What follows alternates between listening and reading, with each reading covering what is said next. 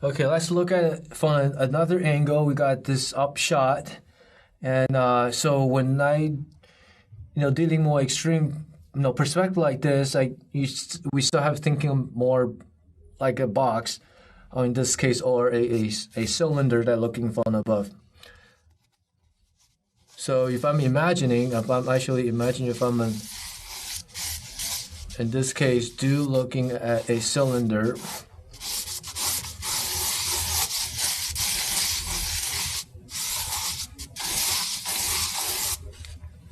See how the hair will benefit us by wrapping. Wrapping the hair following with that stripes, the perspective stripes. And just gonna go around this way and just gonna go this way. Even this temple, the hair that's from temple lines, also need to kind of kick back like this, and in this case goes over ear.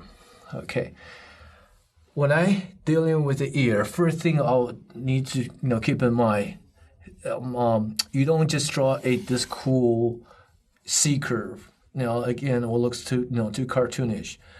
We need to sculpt. There are probably going to be about 5 planes there, maybe 1, 2, 3, 4, 5. It could be 4. You can be 6. But as long as I need you to sculpt them, instead just kind of cruelly draw this quick C. And make sure you draw an ear off in an angle. Obviously the earlobe should be coming in front. And so let me do it again.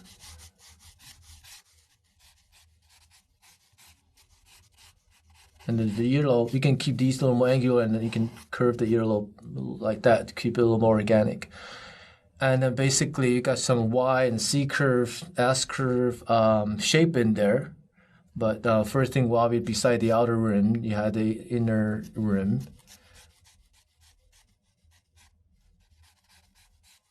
Comes in and it's going to phase out. And then now you got this Y shape right here, little U shape right here. The triangular fossa right here. I like to put that up in the angle. I don't like to put that in the middle. I like to have, so you get this. So overall, you're going to see like a Y tubercle shape that kind of turns in and goes to, and it kind of drop in and goes to your ear canal like this. Okay, so so you get this rim, and you get this little dimple there, and then this gonna kicks in. You get this U shape, that ear canal right here.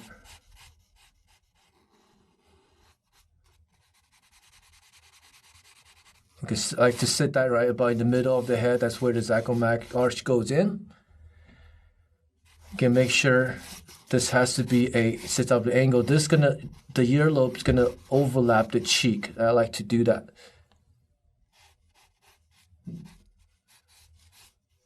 And then often you get cat shadows below from the earlobe.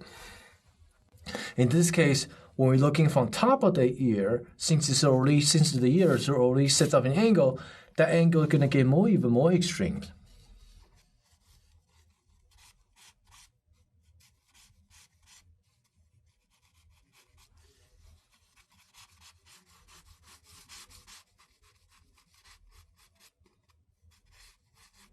And I think for this actual picture's ear is part of his character.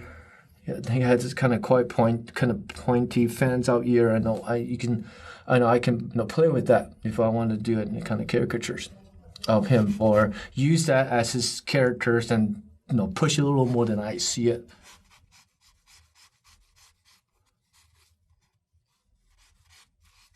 And the other thing, we'll make sure, since we're looking from the top, I need to get the top rim of the ear. Like that, so we can feel like we're actually looking at top of this ear. And this gonna fade into the jaw. And that is a chin that facing this way and jaw facing the other directions. Okay, so we come back down our forehead.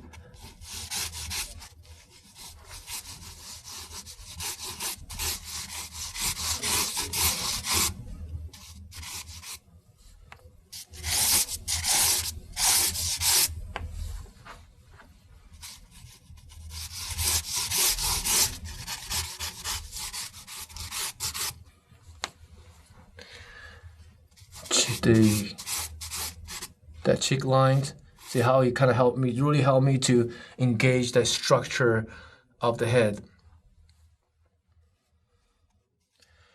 If we look at the eyebrow, like you can see, besides this, right now, this are perspective, the corner eyebrow would be somewhere lined up with this angle right here. Probably this can be somewhere right here. That's the apex of the eyebrow. We're gonna see there's our corner plane and the front planes, and dig into the keystone. Right. So don't just cruelly draw that C curve. Chisel it. Everything we do right now is to reinforce that perspective, front of the nose, and also we get the side of the nose. This is the thing. If we look at the reference, the tip of nose, it's pretty much tangent to the side of the cheek. Usually, there's always obvious. There's a rule that you don't want to have a tangents. You don't want to put a picture in the middle of the page. There always these type of kind of a design rules. The rule can be broken. You can long as you know what you're doing. Okay, but in this case, I would need to kind of follow that rule. I don't want this tip of nose tangent at my cheek. Okay, because now I want that nose to protrude forward. So I might hide the cheek behind the tip of nose, or I bring out a little bit. Now I'll make that decision maybe later. Okay, so let me go back to this.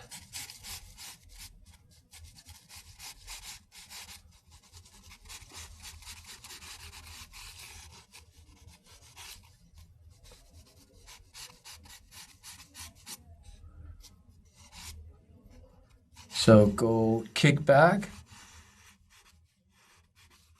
Comes forward.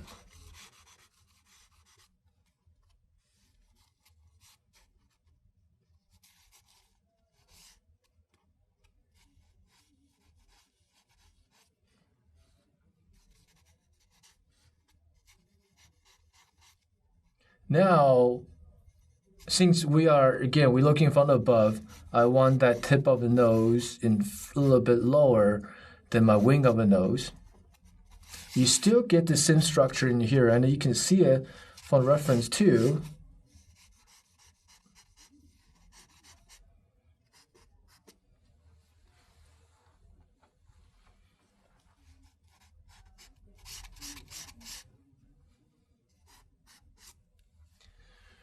right. So it's no different. Sometimes just need to kind of tweak it to make it more reinforce that perspective, benefit your to benefit your drawings, and to really make the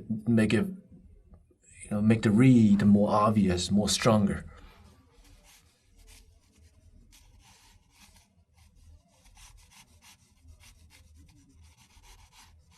Looks like I got just a little bit of the iris right in here, and then we can see the lower eyelid that kind of goes around it, and then I'm just gonna tone the shade of lower eyelid like this so you can see it a bit better. I'm gonna darker that.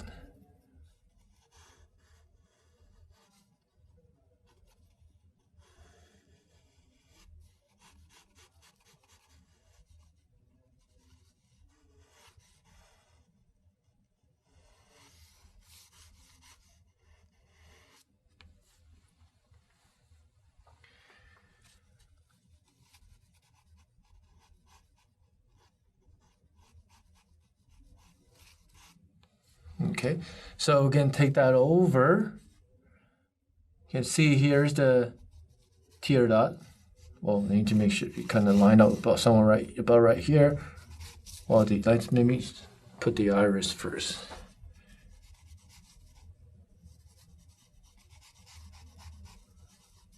Okay. Let me double check them back. It looks okay.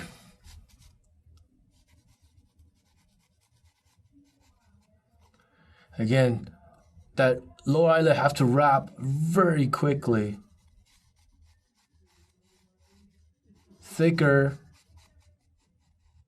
taper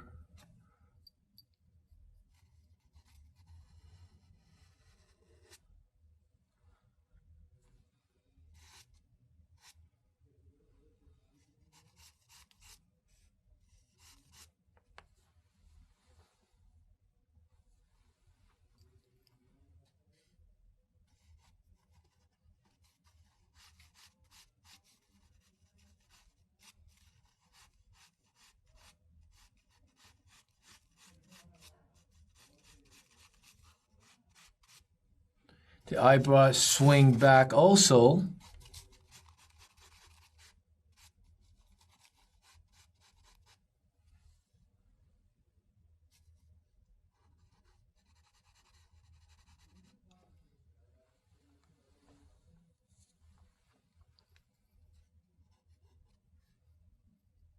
Gradations.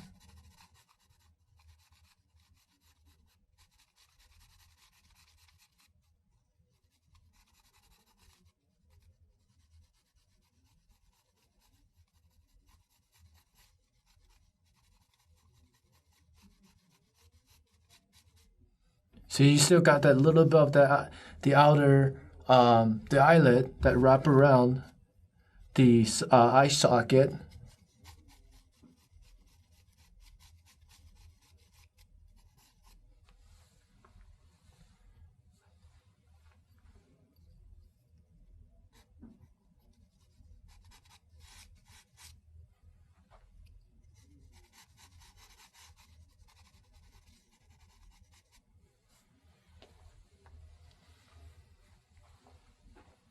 The lips.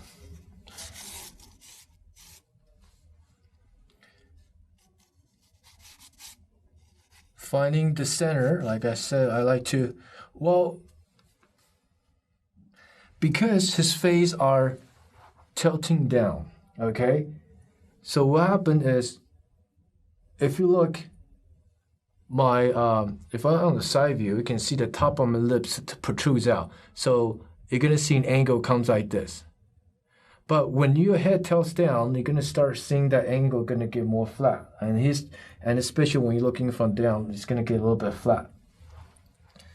So I still can protrude out, but you can just be a little more subtle than than a 3/4 view. Just a little bit. Since we're looking from above it, the idea is same as this. You see how the corner of the eyebrow are higher than my keystone. Everything is based off this upside down triangle. So I need to make sure I also need to have that same alignments as my lip.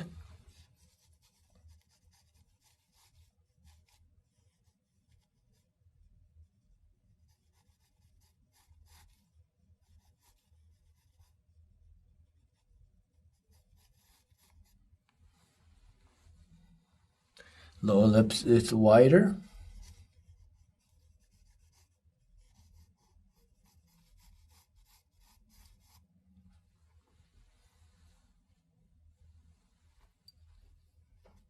Same thing, darken the upper lips.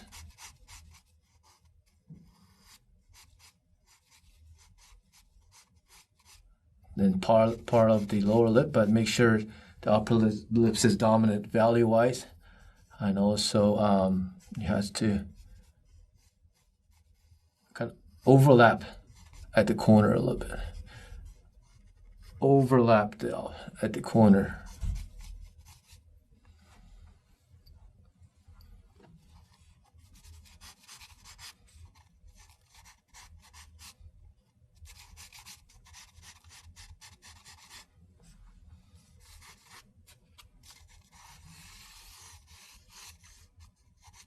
Feel through that muzzle,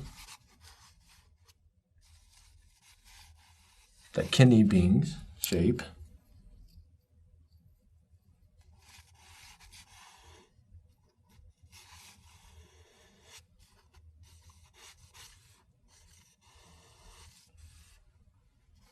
So I'll make sure the nose stick out a little bit further than my cheek.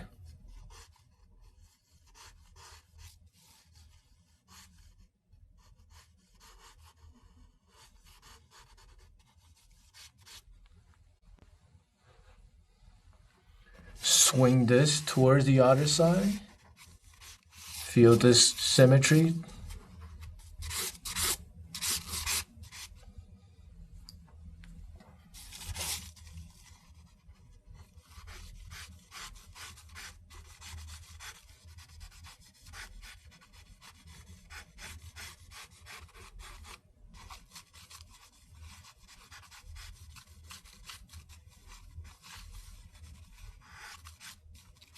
That's that triangular fossa right here.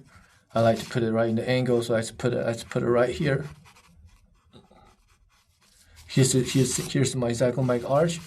I'm gonna put that hole right here.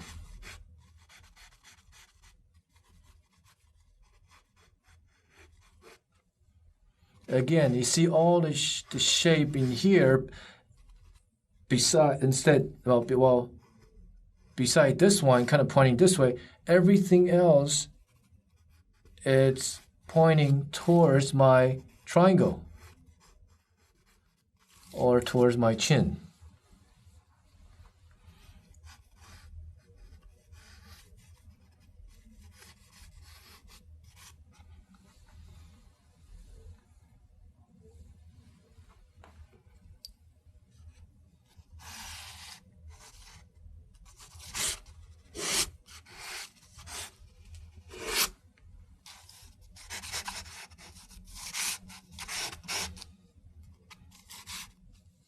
Okay.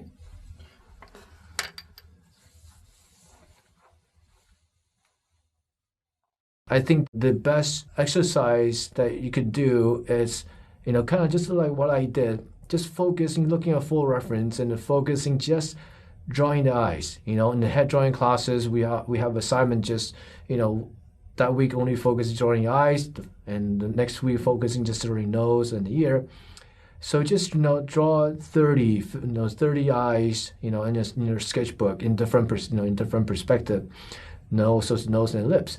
And when I say lips, not just closed lips, it can be open lips. So another great way to study and practice is draw over on a master's drawings. Master means like Michelangelo's, Rubens, all those Renaissance masters. Draw over, put tracing paper, draw over on their drawing to study their, their structures and how these features fit. Okay, so make sure to do that, and I will see you guys soon.